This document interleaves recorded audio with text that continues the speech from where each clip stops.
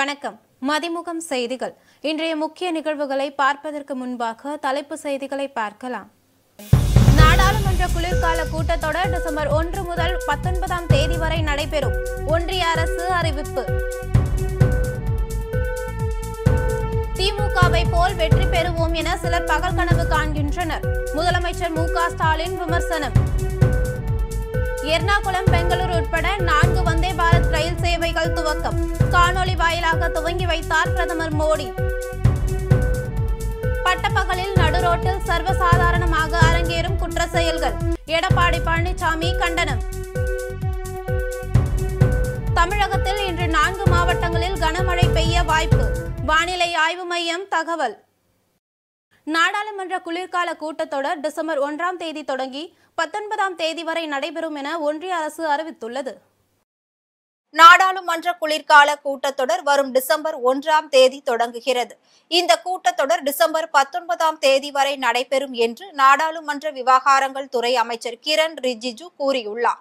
இது குறித்து தனது எக்ஸ்தல பக்கத்தில், நமது ஜனநாயகத்தை வலுப்படுத்தும் மற்றும் மக்களின் விருப்பங்களை நிறைவேற்றும் ஆக்கப்பூர்வமான கூட்டத்தொடரை எதிர்நோக்குகிறோம் என்று பதிவிட்டுள்ளார். ஒன்றிய அரசு பாஜக அரசின் சார்பில் இந்த கூட்டத்தொடரில் முக்கிய மசோதாக்கள் நிறைவேற்றப்படும் என எதிர்பார்க்கப்படுகிறது. அதே நேரத்தில் தேர்தல் ஆணையத்தின் வாக்காளர் பட்டியல் சிறப்பு தீவிர திருத்த பணிகளுக்கு எதிர்க்கட்சிகள் கடும் எதிர்ப்பு தெரிவித்து வரும் நிலையில் அது குறித்து கூட்டத்தொடரில் விவாதிக்க வலியுறுத்துவார்கள் என்றும் எதிர்பார்க்கப்படுகிறது. திமுகவை போல் வெற்றி பெறுவோம் என சிலர் பகல் கனவு காண்கின்றார்கள் என்று முதலமைச்சர் மு.க. ஸ்டாலின் விமர்சித்துள்ளார். திமுகவின் 75வது ஆண்டு நிறைவை முன்னிட்டு கட்சியின் இளைஞர் அணி சார்பில் திமுக 75 அறிவு திருவிழா எனும் நிகழ்ச்சி சென்னை வள்ளுவர் கோட்டத்தில் நடைபெற்றது.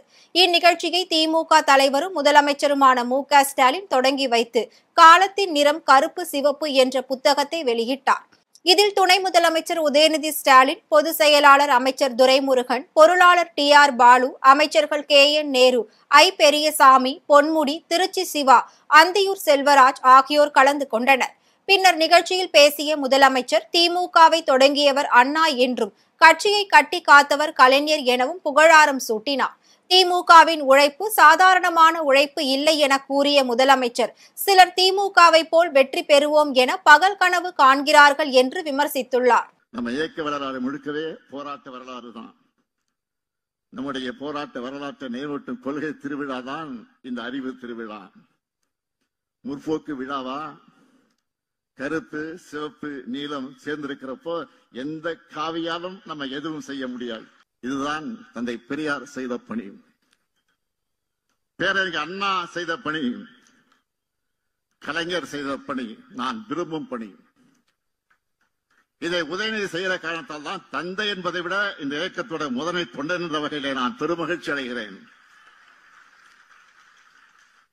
சிவப்பு புத்தக தலைப்பிலேயே நம்ம இயக்கம் எத்தகைய மாபெரும் அறிவு கருவூலமாக, கொள்கை தேர்வுடைய கோட்டமாக இருக்குன்னு வெளிப்படுத்தி இருக்காங்க. எர்ணாகுளம், பெங்களூரு இடையே புதிய வந்தே பாரத் ரயில் சேவையை பிரதமர் மோடி துவங்கி வைத்தார். எர்ணாகுளம், பெங்களூரு உட்பட 4 புதிய வந்தே பாரத் ரயில் சேவை தொடங்கிய நிலையில் இதனை வாரணாசியில் இருந்து காணொலி காட்சி மூலம் பிரதமர் மோடி தொடங்கி வைத்தார். இந்த எர்ணாகுளம், பெங்களூரு வந்தே பாரத் ரயில் தமிழகத்தின் கோவை, சேலம், ஈரோடு, திருப்பூர் ஆகிய பகுதிகள் வழியாக இயக்கப்பட உள்ளது. புதன்கிழமை தவிர வாரத்தின் மற்ற நாட்கள் இயக்கப்படும் எனவும் அறிவிக்கப்பட்டுள்ளது. அதன்படி பெங்களூருவில் இருந்து காலை 5:10 மணிக்கு புறப்படும் வந்தே பாரத் ரயில் சேலம், ஈரோடு, திருப்பூர், கோவை வழியாக மதியம் 1:50 மணிக்கு எர்ணாகுளம் சென்றடையும் என கூறப்படுகிறது. அதேபோல் மறுமார்க்கமாக எர்ணாகுளத்தில் இருந்து மதியம் 2:20 மணிக்கு புறப்பட்டு மேற்கண்ட வழித்தடம் வழியாக இரவு 11 மணிக்கு பெங்களூரு சென்றடையும் என்றும் தெரிவிக்கப்பட்டுள்ளது.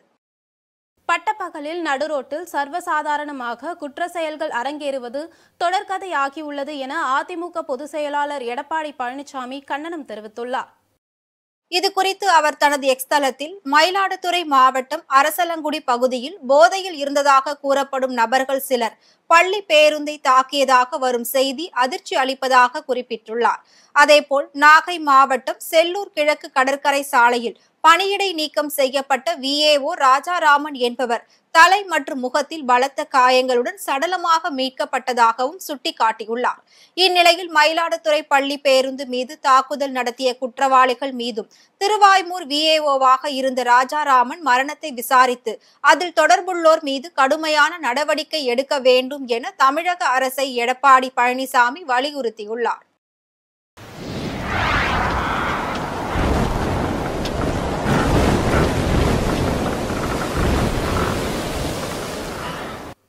தமிழகத்தில் இன்று 3 மாவட்டங்களில் கனமழை பெய்ய வாய்ப்புள்ளதாக வானிலை ஆய்வு மையம் எச்சரிக்கை விடுத்துள்ளது. தென்னிந்திய பகுதிகளின் மேல் ஒரு வளிமண்டல கீழடுக்கு சுழற்சி நிலவுகிறது. அதன் காரணமாக சனிக்கிழமை அன்று 4 மாவட்டங்களில் கனமழை பெய்ய வாய்ப்பு இருப்பதாக சென்னை வானிலை ஆய்வு மையம் தெரிவித்துள்ளது. இது தொடர்பாக வானிலை ஆய்வு மையம் வெளியிட்டுள்ள அறிக்கையில் 8ஆம் தேதியன்று கன்னியாகுமரி, திருநெல்வேலி, தென்காசி மற்றும் தூத்துக்குடி ஆகிய 4 மாவட்டங்களில் கனமழை பெய்யக்கூடும் என்று கூறப்பட்டுள்ளது.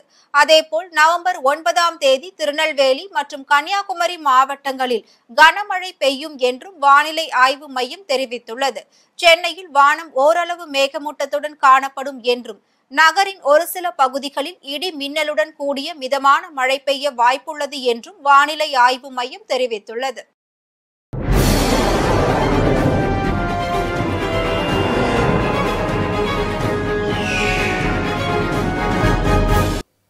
திருப்பத்தூர் மாவட்டம் ஆம்பூரில் சென்ற லாரி மீது கார் மோதிய விபத்தில் 3 குழந்தைகள் உட்பட 5 பேர் காயமடைந்தனர்.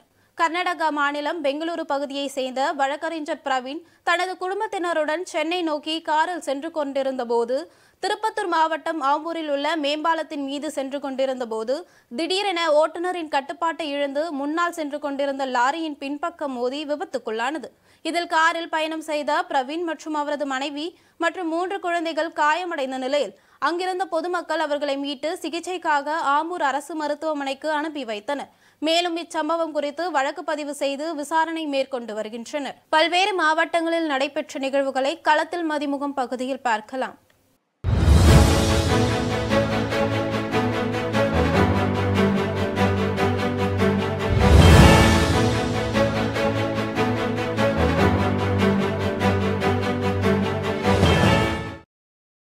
மயிலாடுதுறை மாவட்டம் திரு இந்தலூரில் உள்ள பழமை வாய்ந்த பரிமள ரங்கநாதர் கோவிலில் துலா உற்சவம் கருட கொடியேற்றத்துடன் துவங்கியது.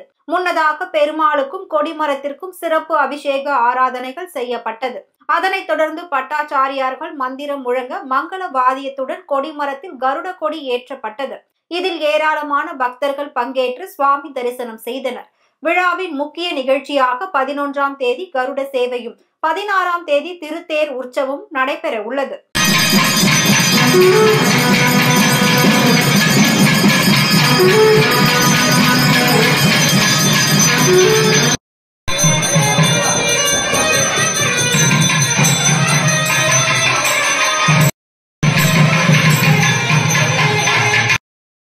ராணிப்பேட்டை மாவட்டம் திமிரி பேரூராட்சியில் பணியாற்றும் தூய்மை பணியாளர்கள் வேலைநிறுத்த போராட்டத்தில் ஈடுபட்டனர். அப்போது தூய்மை பணியாளர்கள் அதிக அளவில் பணிச்சுமையை ஏற்படுத்தி மன உளைச்சல் அடைய செய்வதாகவும் ஊதியத்தில் ESI மற்றும் PF பிடித்தம் செய்வதில் முறைகேடுகளை நடைபெற்று வருவதாகவும் குற்றம் சாட்டினர். எனவே தூய்மை பணியாளர்களின் குறைகள் மற்றும் கோரிக்கைகளை கண்டு கொள்ளாமல் அலட்சியமாக செயல்படும் நிர்வாக போக்கினை கண்டித்து தற்போது தர்ணாவில் ஈடுபட்டுள்ளனர். திருப்பத்தூர் மாவட்டம் ஆம்பூர் அருகே காட்டுப்பகுதியில் இருந்து உணவு தேடி வந்த புள்ளிமானை நாய்கள் கடித்ததால் பரிதாபமாக உயிரிழந்தது. தகவல் அறிந்து சம்பவ இடத்திற்கு சென்ற வனத்துறையினர் உயிரிழந்த மானை மீட்டு கால்நடை மருத்துவமனைக்கு பிரேத பரிசோதனைக்காக அனுப்பி வைத்தனர். எர்ணாகுளம் பெங்களூரு இடையிலான வந்தே பாரத் ரயில் தொடங்கி வைக்கப்பட்டுள்ள நிலையில் திருப்பூர் ரயில் நிலையத்தில் மலர் தூவி உற்சாக வரவேற்பு அளிக்கப்பட்டது. முன்னதாக வந்தே பாரத் துவக்க நிகழ்ச்சிக்காக நடத்தப்பட்ட ஓவிய போட்டி, கட்டுரை போட்டி, கவிதை போட்டி ஆகிய போட்டிகளில் வெற்றி பெற்ற மாணவர்களுக்கு ரயில்வே துறை சார்பாக சான்றிதழ்கள் வழங்கப்பட்டது. இந்நிகழ்ச்சியில் ஏராளமானோர் கலந்து கொண்டனர். மயிலாடுதுறை ரயில் நிலையத்தில் நீண்ட நாள் கோரிக்கைகளை வலியுறுத்தி அனைத்து விவசாய கூட்டமைப்பு தோழமை கட்சியினர் ஒருநாள் அடையாள உண்ணாவிரத போராட்டத்தில் ஈடுபட்டனர். குறிப்பாக ரயில் நிலையத்தில் ஏழை எளிய மக்கள் பயன்படுத்தும் வகையில் பண பரிவர்த்தனை வசதி ஏற்படுத்த வேண்டும், மயிலாடுதுறை காரைக்குடி ரயில் சேவையை மீண்டும் துவக்க வேண்டும் உள்ளிட்ட கோரிக்கைகளை வலியுறுத்தி கோஷங்களை எழுப்பினர். அந்த காரைக்குடி வண்டியை திருவாரூர்ல இருந்து இயக்கணும், மயிலாடுதுறையில இருந்து இயக்காது. அந்த மாதிரி அந்த வண்டிகளை தொடர்ந்து இயக்கணும், அது ஒரு கோரிக்கை. அதே போல பாத்தீங்கன்னா இந்த ட்ராக் பாத்தீங்கன்னா திருவாரூர் ட்ராக்கு 1, 2ல மட்டும் இருக்கு. 3, 4, 5, 6, 7, 8ல இணைப்பு இல்லை. அந்த பிளாட்பார்த்தோட அந்த ட்ராக்கோட இணைக்கணும் அப்படிங்கிற கோரிக்கை. அது ஆம வேகத்துல நடக்குது, அதை கொஞ்சம் வேகமா முடிக்கணும் அப்படிங்கிற கோரிக்கை. அதே மாதிரி பாத்தீங்கன்னா இன்னொன்னு, இந்த ஜிபே போன்பே இருந்தாதான் டிக்கெட் எடுக்க முடியும் அப்படிங்கிற ஒரு நிலை தொடர்ந்தது. நாங்க போராட்டம் அறிவிச்சு அதுல கோரிக்கை வச்சோன்னா அங்க பேப்பர்ல எழுதி விட்டுட்டாங்க, நீங்க காசை கொடுத்து எடுத்துக்கலாங்கிற மாதிரி. அது ஆங்கிலத்துல படிக்காத என்ன மாதிரி ஆளுக்கெல்லாம் தெரியாது, ஆங்கிலத்துல இருக்கு. அப்ப அதை எந்த நேரமும் வரக்கூடிய பயணிகளுக்கு அவங்க காசு கொடுத்து டிக்கெட் கவுண்டர்லயும் எடுக்கலாம், வெளியிலயும் எடுக்கலாங்கிற நிலை தொடரும். அதுக்கு தனி கவுண்டர் டிக்கெட் கொடுக்கறதுக்கு ரிசர்வேஷன் கவுண்டர் எல்லாம் போடணும். புதுக்கோட்டை மாவட்டத்திற்கு வரும் 10ஆம் தேதி முதலமைச்சர் மு.க. ஸ்டாலின் வருகையை முன்னிட்டு கீரனூர் அருகே உள்ள தனியார் கல்லூரி வளாகத்தில் நடைபெற்று வரும் முன்னேற்பாடு பணிகளை அமைச்சர்கள் கே.என். நேரு, ரகுபதி, மெய்யநாதன் ஆகியோர் ஆய்வு செய்தனர். அப்போது வடக்கு மாவட்ட செயலாளர் கே. செல்லப்பாண்டியன், புதுக்கோட்டை சட்டமன்ற உறுப்பினர் வை. முத்துராஜா உள்ளிட்ட பலரும் உடன் இருந்தனர். திருப்பத்தூர் அடுத்த லட்சுமி நகர் பகுதியை சேர்ந்த அந்தோணி என்பவரும் அதே பகுதியை சேர்ந்த கார்த்திகேயன் ஆகிய இருவரும் தனியார் சூப்பர் மார்க்கெட்டில் காவலாளியாக வேலை செய்து வந்துள்ளனர். இந்நிலையில் பணி ஆள் மாற்றுவதற்காக ஏற்பட்ட தகராறில் அந்தோணியை கல்லால் அடித்து கார்த்திகேயன் கொலை செய்துள்ளார். இது குறித்த புகாரின் பேரில் வழக்கு பதிவு செய்த போலீசார் தலைமறைவாக உள்ள கார்த்திகேயனை தேடி வருகின்றனர். இந்த சம்பவத்தால் அப்பகுதியில் பரபரப்பு ஏற்பட்டுள்ளது. திருப்பூர் மாவட்டம் பல்லடம் அருகே இடப்பிரச்சனை தொடர்பாக 2 குடும்பங்களை சேர்ந்தவர்கள் இடையே மோதல் ஏற்பட்டது. இந்நிலையில் இரு குடும்பத்தினரும் உருட்டுக்கட்டையை கொண்டு தாக்கும் வீடியோ தற்பொழுது சமூக வலைதளங்களில் பரவி பெரும் பரபரப்பை ஏற்படுத்தியுள்ளது.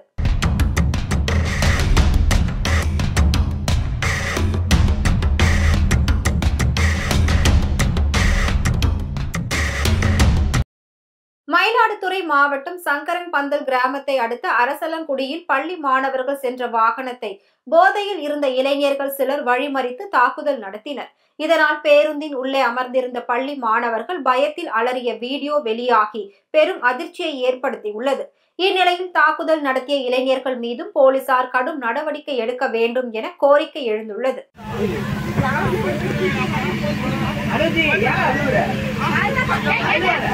நீ போலாம் வேணாம், நில்லு நில்லு நில்லு சத்திர நில்லு நில்லு.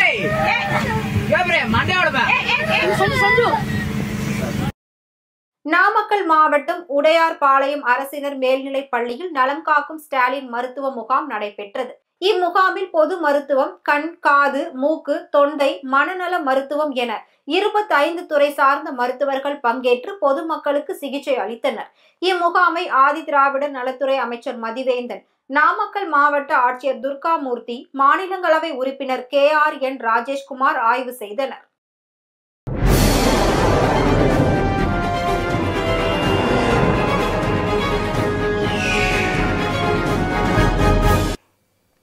ஆப்கானிஸ்தானில் இன்று காலை 4.4 ரிக்டர் அளவுகோலில் நிலநடுக்கம் ஏற்பட்டுள்ளதாக தேசிய நில அதிர்வு ஆய்வு மையம் தெரிவித்துள்ளது. இது தொடர்பாக தேசிய நில அதிர்வு ஆய்வு மையம் வெளியிட்டுள்ள அறிவிப்பில், ஆப்கானிஸ்தானில் சனிக்கிழமை காலை 3:14 மணியளவில் நிலநடுக்கம் காணப்பட்டதாகவும், இந்த நிலநடுக்கம் தலைநகர் காபூலுக்கு அருகே 180 கிலோமீட்டர் ஆழத்தில் ஏற்பட்டுள்ளதாகவும் தெரிவிக்கப்பட்டுள்ளது. இந்த நிலநடுக்கம் ரிக்டர் அளவில் 4.4 பதிவாகியுள்ளது எனவும் தெரிவித்துள்ளது.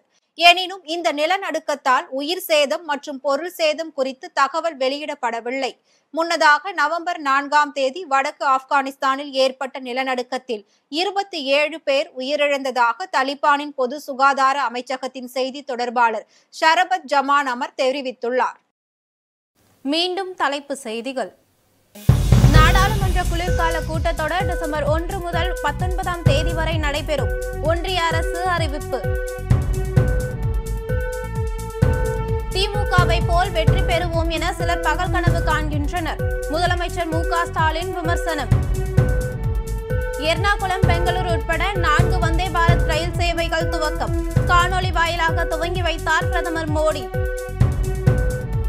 பட்டப்பகலில் நடுரோட்டில் சர்வசாதாரணமாக அரங்கேறும் குற்ற செயல்கள்.